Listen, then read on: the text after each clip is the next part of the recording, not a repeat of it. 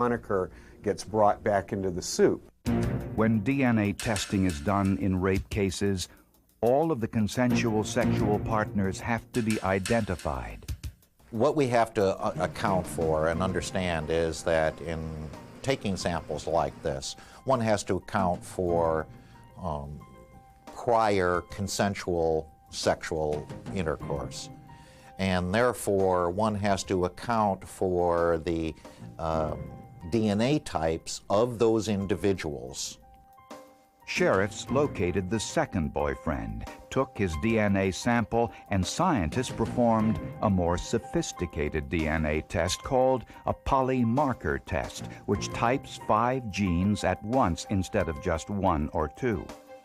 The polymarker DNA test showed conclusively that Edward Honecker was not the contributor of the 3-4 genetic marker.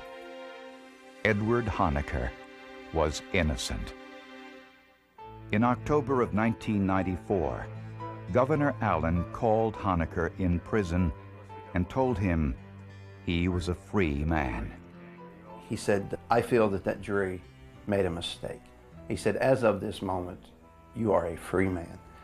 What he said after that, I have no idea.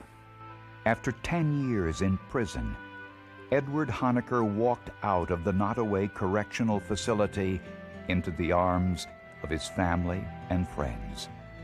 He had missed the last 10 years of his children's lives. It was a gross miscarriage of justice. The evidence of his innocence was just overwhelming. You'd have to be a complete fool to miss it. There are many, many limitations on the testimony of eyewitnesses, particularly in situations that where there's a great deal of not only physical trauma, but emotional trauma. That's not a place for people to make careful, critical observations. I always knew deep in my heart that I would one day get out of prison a free man. Not only get out of prison, but proven that I did not commit that damn crime. I always knew that.